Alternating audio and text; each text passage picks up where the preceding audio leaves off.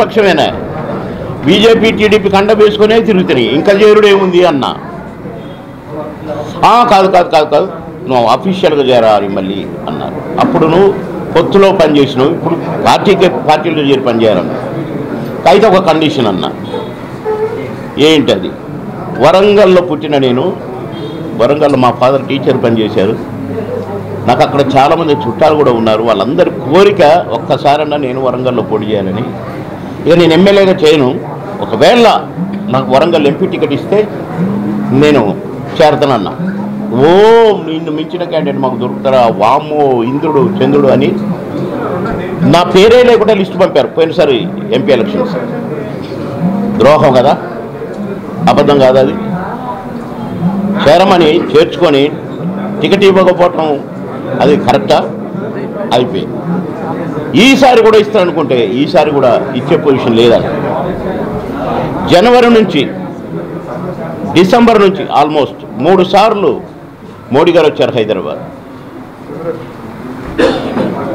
నడ్డా గారు 3 సార్లు వచ్చారు హైదరాబాద్.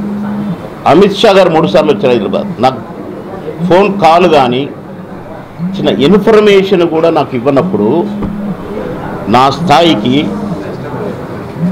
ఎన్నో సినిమాల్లో తెలుగు, తమిళ్, కన్నడ, హిందీ భాషల్లో నటించిన ఏ తెలుగువాడు ఇతర భాషల్లో నటించలేదు. అక్కడ కూడా నాకు పాటలు, డ్యాన్సులు. ఆడ పంచనబడి అయ్యా అని బిచ్చమడుకోమంటావు నన్ను. అందుకే నాకు ద్రోహం చేసింది కనుక అవన్నీ అడిగి ప్రెస్ ముందు ఏమేమి చేసిండ్రో అన్నీ అడిగి ఇందుకే రిజైన్ చేస్తున్నానని కొన్ని పేర్లు కూడా చదివి రిజైన్ చేశాను. కరెక్ట్ చేశానా, మంచి చేశాను? ఇష్టం లేక ఇష్టం ఉండి కూడా ఉంటుందా? ఏమన్నా నేను కండ వేస్తా అన్నారు, వేయండి అన్నా. అవును, 30 ఏళ్ల నుంచి నడుస్తున్న పాల్గారితో, ఈ కండవతో కాదు నడిచేది, మనసుతో. ఏంటి 100%.